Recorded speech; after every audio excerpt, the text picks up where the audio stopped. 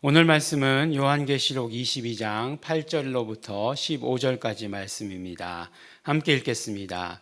이것들을 보고 들은 자는 나 요한이니 내가 듣고 볼 때에 이 일을 내게 보이던 천사의 발 앞에 경배하려고 엎드렸더니 저가 내게 말하기를 나는 내와 내 형제 선지자들과 이 책의 말을 지키는 자들과 함께 된 종이니 그리하지 말고 오직 하나님께 경배하라 하더라. 또 내가 말하되 이 책의 예언의 말씀을 인봉하지 말라. 때가 가까우니라. 불의를 하는 자는 그대로 불의를 하고 더러운 자는 그대로 더럽고 의로운 자는 그대로 의를 행하고 거룩한 자는 그대로 거룩하게 되니라. 거룩하게 하라. 보라, 내가 속히 오리니 내가 줄 상이 내게 있어 각 사람에게 그의 일한 대로 갚아주리라. 나는 알파와 오메가요 처음과 나중이요 시작과 끝이라. 그 두루마기를 빠는 자들은 복이 있으니 이는 저희가 생명나무에 나아가며 문들을 통하여 성에 들어갈 권세를 얻으려 함이로다. 개들과 술객들과 행음자들과 살인자들과 우상숭배자들과 및 거짓말을 좋아하며 지어내는 자마다 성 밖에 있으리라.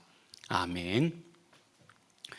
네, 오늘 말씀 이제 22장에 거의 이제 마지막 말씀, 내일까지가 아마 요한계시록의 끝이 되지 않을까라는 생각을 하게 되는데, 이제 오늘 말씀을 보니까 우리가 계속해서 들어왔던 익숙한 말씀들을 이야기해 주시는 것을 듣게 되죠. 뭐냐면 첫 번째로 이제 이 모든 것들을 보여주었던 천사들이 있었죠. 천사가 있었죠. 그 천사가 요한을 인도했는데, 그래서 천사에게 요한이 절하려고 경배하려고 엎드렸다라고 이렇게 이야기합니다. 그러니까 우리가 흔히 그런 상황을 생각해 보면 충분히 뭐 그럴 수 있지 않습니까? 어떤 그런 이 천사는 영적인 존재니까 영적인 존재가 이제 요한을 이끌고 환상을 보여주었으니까 더 우월한 존재로 이렇게 생각할 수 있겠지만, 그렇지만 이 말을 굳이 쓴 이유가 있겠죠. 경배하려고 엎드렸더니 결국 뭐라고 얘기하는 거예요? 천사가 하지 마라. 오직 하나님께만 경배하라. 라고 이렇게 이야기합니다. 이런 천사 숭배 사상과 이런 것들이 사실 신약 시대에만 있었던 것들은 아닙니다. 그러니까 그 유대인들에게 있어서 구약에 있어도 이 천사 숭배 사상이 계속해서 내려오게 되죠. 그래서 보면은 그런 장면들도 있어요. 천사에게 이름을 가르쳐 달라라고 하는 그런 장면이 있는데 천사가 이름을 가르쳐 주지 않고 오직 하나님만 섬기라라고 이렇게 이야기하는 그런 장면들도 없지 않아 있는데, 그때 당시 만연했던 천사 숭배 사상, 그런데 천사가 굳이 하지 말라, 하나님께만 영광 돌려라 라고 하는 것들, 굉장히 어떤 면으로 이야기하면 우리에게 어떤 신앙하는 사람들에게 있어서 영적인 존재들을 다루는 데 있어서 어떤 그 올바른 길을 이렇게 보여주는 거죠. 비록 천사라고 할지라도 숭배의 대상은 아니다라고 이렇게 얘기하는 거예요. 히브리서에 보면 뭐라고 얘기하고 있죠? 천사를 부리는 영이다라고 이렇게 이야기하고 있지 않습니까? 우리가 달라요. 다른 그런 어떤 존재이지만 그러나 숭배의 대상은 아니고 하나님께로부터 받은 역할이 다르다라고 이렇게 말씀하는 거죠. 그러니까 보면은 우리가 전도를, 이를테면 전도를 우리에게 맡기셨어요. 전도를 천사에게 맡기시진 않았습니다. 그렇죠? 천사가 전도하면 잘할 것 같아요. 그렇지 않습니까? 그냥 사람들 많이 100만 모였다 이렇게 할 때 천사가 한 두 바퀴만 싹 돌면 어떻게 되겠습니까? 다 엎드려서 막 그냥 이렇게 하겠죠. 그럼에도 불구하고 천사는 하나님의 부리는, 그러니까 우리 믿는 자들의, 예수 이름을 소유한 자들의 부리는 영이다라고 이렇게 이야기하고 있습니다. 같은 목적과 같은 그러니까 하나님의 그 모든 계획을 위해서, 섭리와 그 다음에 또 경륜을 위해서 같이 쓰임 받는 존재다. 숭배의 대상은 아니다. 굉장히 중요합니다. 하물며 그런데 다른 어떤 귀신들의 말을 듣고 하는 것들, 그래서는 안 되는 거죠. 때가 가까울수록 미혹하는 것들이 많아지고 그렇습니다. 그런 것들을 우리가 잘 걸러낼 수 있어야 돼요. 분별할 수 있어야 됩니다. 근데 뭐 사실 영분별의 은사다라고 이렇게 얘기하는데, 영분별의 은사, 우리가 성령님을 영접한 사람들에게 분명히 있는 그런 은사죠. 근데 이 영분별이라고 하는 것, 그렇죠. 우리가 복음을 계속해서 정확하게 들어야 돼요. 그래야 이 영분별할 수 있고, 그 다음에 또 천사를 할지라도, 이런 상황이 닥친다 할지라도, 사도인 요한도 이렇게 했는데 우리는 안 그렇게 하겠느냐. 그런데 바로 하나님께만 경배하는 것들 우리 훈련해야 됩니다. 그 다음에 이제 말씀 주시는 게 보니까 이 책의 예언의 말씀을 인봉하지 말라라고 이렇게 얘기하고 있어요. 그 인봉된 책을 뜯었었죠. 인봉된 것들을. 근데 이제 이 책은 인봉하지 말아라라고 이렇게 얘기하고 있는 거예요. 왜 그럴까요? 왜 그러냐면 때가 가깝기 때문이다라고 말씀하십니다. 그러니까 때가 가까우니까 어떤 거예요? 하나님께서 말씀하시고 알려주시고 보여주시고 하신 이 모든 것들로 인하여서 우리가 어떻게 해야 된다고요? 그 마지막 때를 잘 준비해야 된다라고 이렇게 얘기하는 거죠. 그렇지 않은 사람들 어떻게 해요? 불의를 하는 사람 그대로 불의를 하고, 더러운 자는 그대로 더러운 채로 있고, 이렇게 말씀해 주시잖아요. 그러니까 우리가 이 책이 인봉되지 않은 채로 있는 것이 우리에게 있어서, 우리 신앙생활에 있어서 굉장히 중요하다. 늘 말씀드리지 않았습니까? 요한계시록이라고 하는 것은 바로 예수 그리스도의 모든 십자가 위에서의 성취, already, 그렇죠. 그 성취. 그러나 아직 이루어지지 않은 not yet 사이에서 우리가 어떻게 살아야 되는가 하는 것을 보여주시는 것이, 제시해 주시는 것이 요한계시록의 말씀들이다라고 말씀드리지 않았습니까?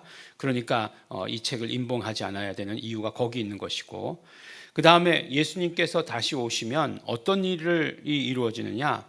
내가 줄 상이 내게 있어 각 사람에게 그의 일한 대로 갚아주리라 라고 이렇게 얘기하고 있습니다. 상급이 있다는 거예요. 일한 대로 상급을 주신다라고 이렇게 얘기하는 거예요. 이게 뭐가 될지는 잘 모르겠습니다. 네, 우리 1등 삼성 핸드폰, 뭐 2등 뭐 이렇게 밥솥 뭐 이렇게 해가지고 그 상급대로 주신다 뭐 이렇게 하시는 것인지 잘 모르겠지만, 그러나 분명한 것은 무엇이냐면 우리가 일한 대로 받는 상급이 있다라고 하는 것이에요.